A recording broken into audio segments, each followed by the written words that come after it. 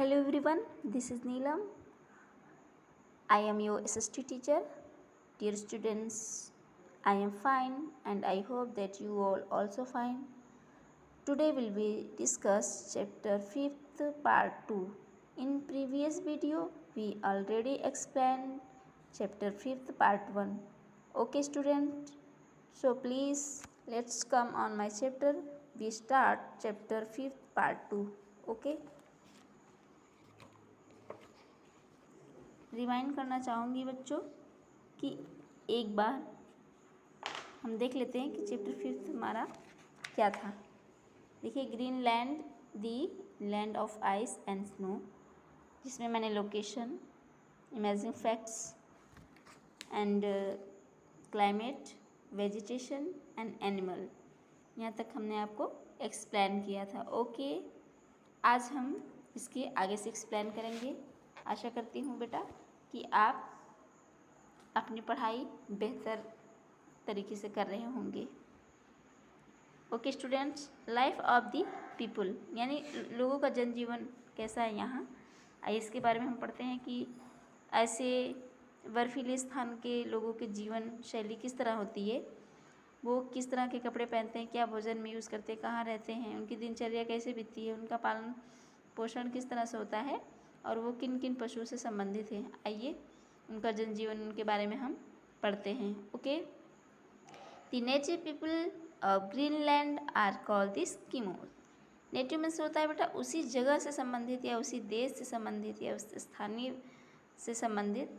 तो हम कह सकते हैं कि जो ग्रीनलैंड के लोग हैं उन्हें एस्किमो कहते हैं, और एस्किमो एक प्रजाति है, आपने सुना होगा।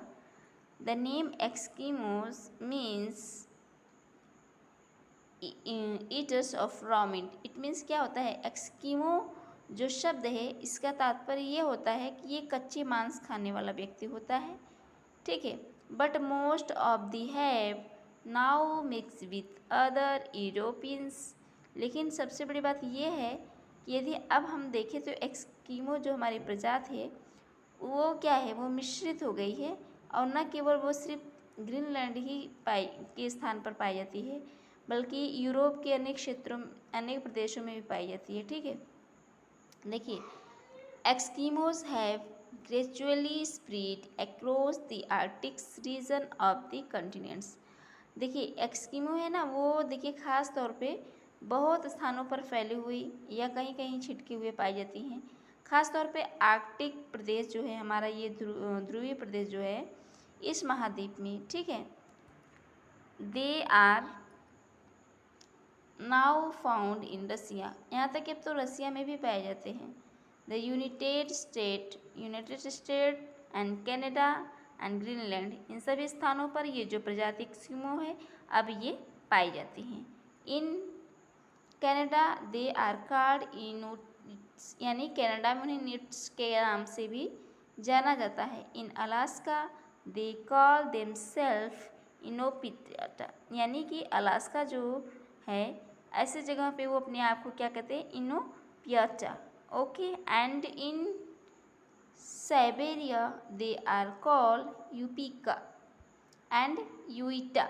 ऐसे स्थानों पर इनके नाम भिन्न भिन्न हैं।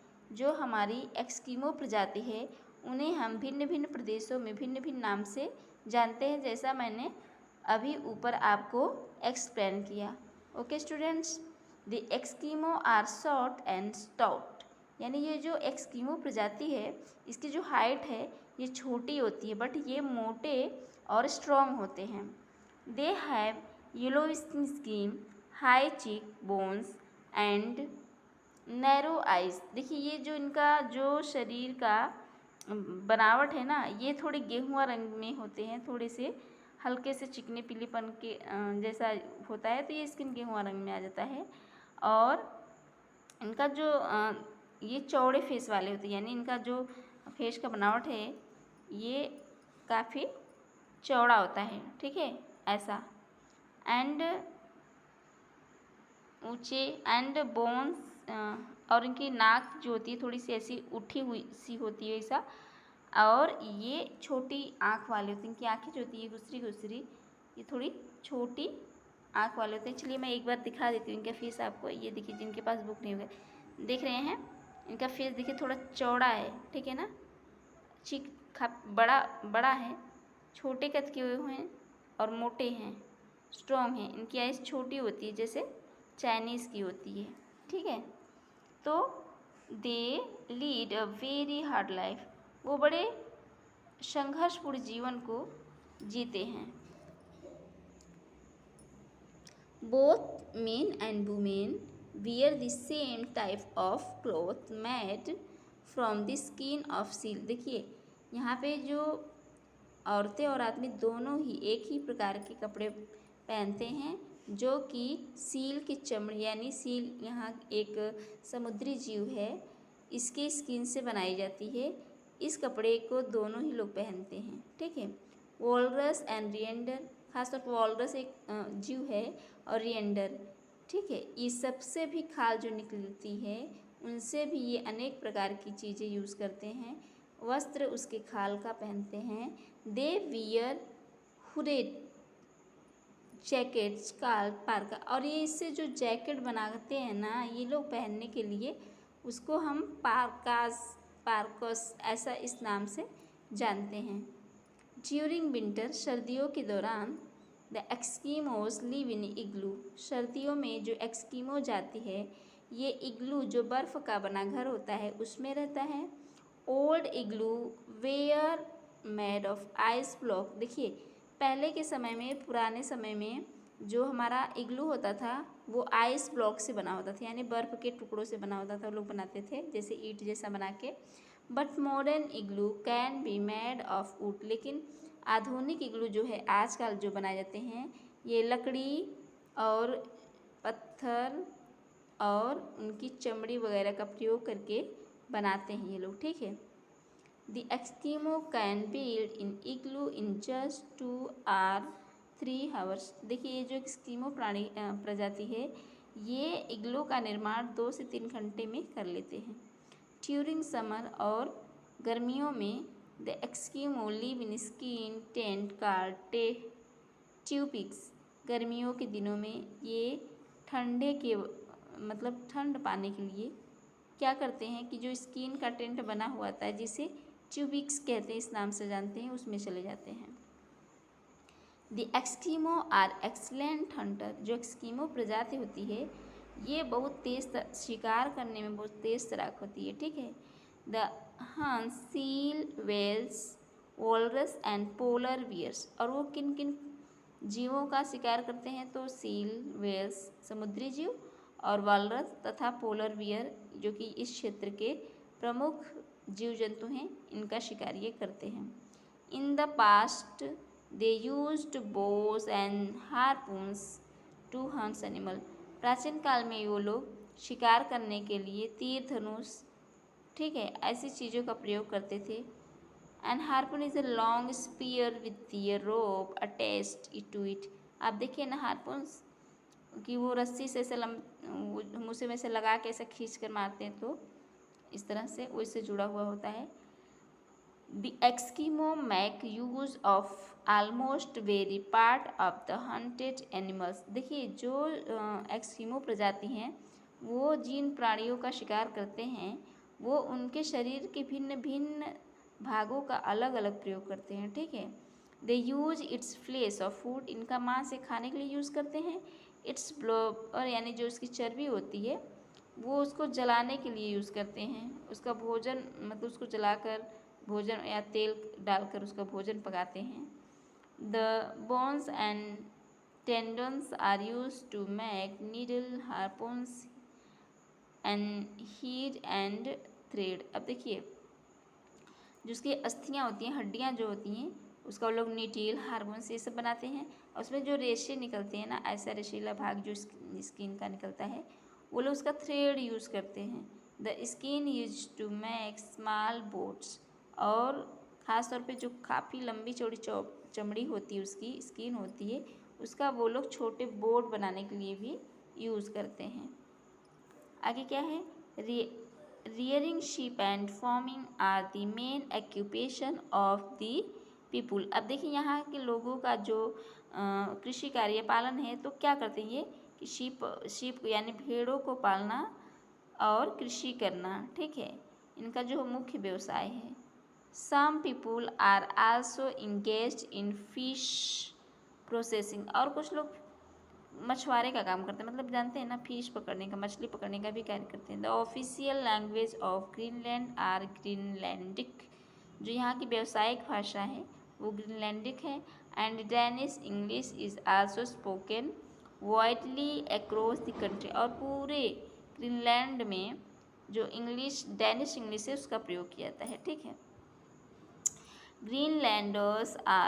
Greenlanders are peace loving people, ये यहाँ के जो प्राणी हैं, यहाँ के जो निवासी हैं, वो बहुत शांत और लोकप्रिय इंसान होते हैं। They have a very harsh life, वो बहुत संघर्षपूर्ण जीवन यापन करते हैं, फिर भी are still very cheerful and affectionate, यानी कि वो इतना हार्ड यानी कठिन संघर्ष भरी जिंदगी जीने के बावजूद भी वो बहुत हंसमुख, ठीक है, चीरफुल मतलब है मुस्कुराहट या हंसमुख, तथा स्नेही, अफेक्शन मीन्स प्रेम होता है या प्रेमी या स्नेही टाइप के व्यक्ति होते हैं, ठीक है। अब ट्रांसपोर्ट में क्या यूज़ करते हैं? In the past sledge were the main means of transport in Greenland, पहले प्राचीन काल में यहाँ की जो मुख्य ट्रांसपोर्ट का साधन था वो था स्लेज, यानी कि स्लेज एक ऐसी प्रकार की गाड़ी होती है जो कि बर्फ़ पर आराम से फिसलती हुई चलती है, और इसे कई कुत्ते एक दूसरे से संबंधित ऐसा जुड़े होते हैं और वो इसे खींच कर आगे ले जाते हैं, ठीक है। They were could be either strong dog called huskies or reindeer, देखिए इसे कौन खींचता है, या तो जो मजबूत कुत्ते होते हैं जिसे हकीज के नाम से जाना जाता है, और या तो रिएंडर, ठीक है। स्मॉल बोट्स कॉल्ड कयाक्स, यानी छोटे जो नाव होते हैं उन्हें kayaks, and me boat is called umiaks के नाम से जाना जाता है। Were used as means of water transport, they were made from sea skin, अब देखिए जो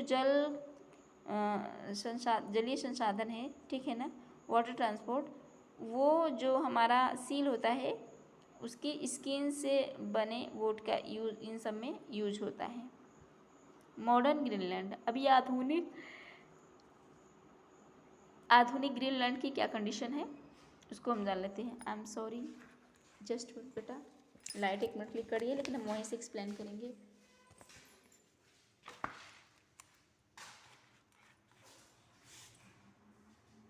प्लीज़ वीडियो पुश नहीं करना चाहेंगे, हम वहीं से एक्सप्लेन करेंगे।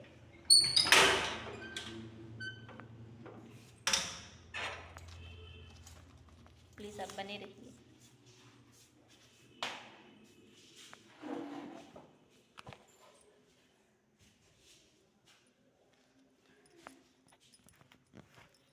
Just minute please wait.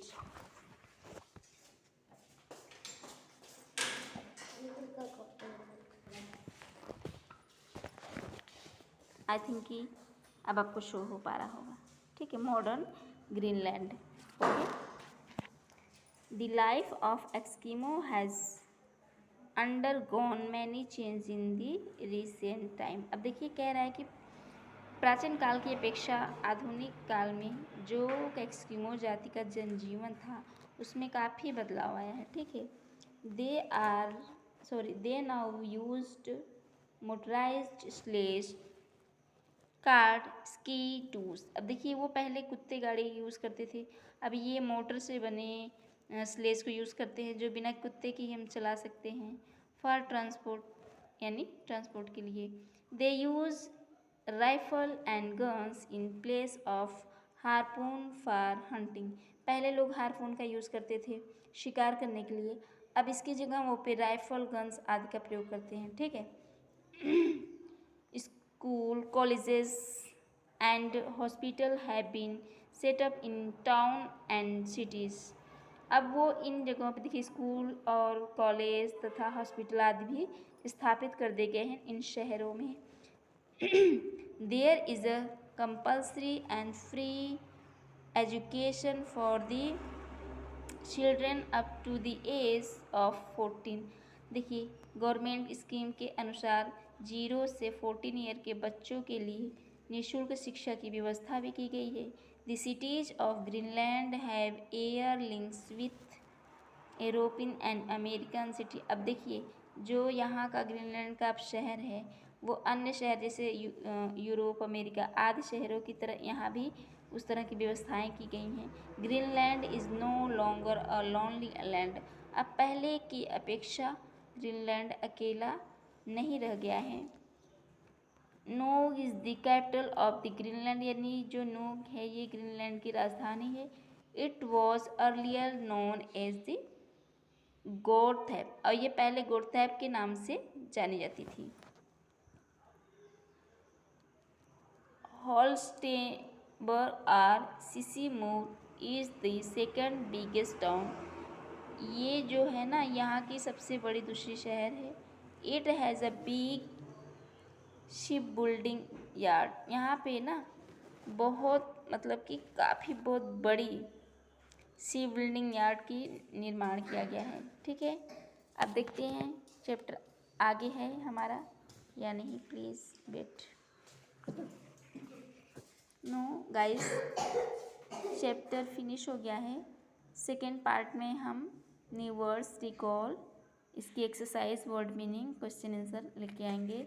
Already हमारा ये जो वीडियो लॉन्ग हो गया है इसके हम 3 पार्ट पढ़ेंगे। ठीक है, तो बेटा आशा करती हूँ कि आप सभी को चैप्टर ये हमारा अच्छे से बेहतर तरीके से समझ में आया होगा।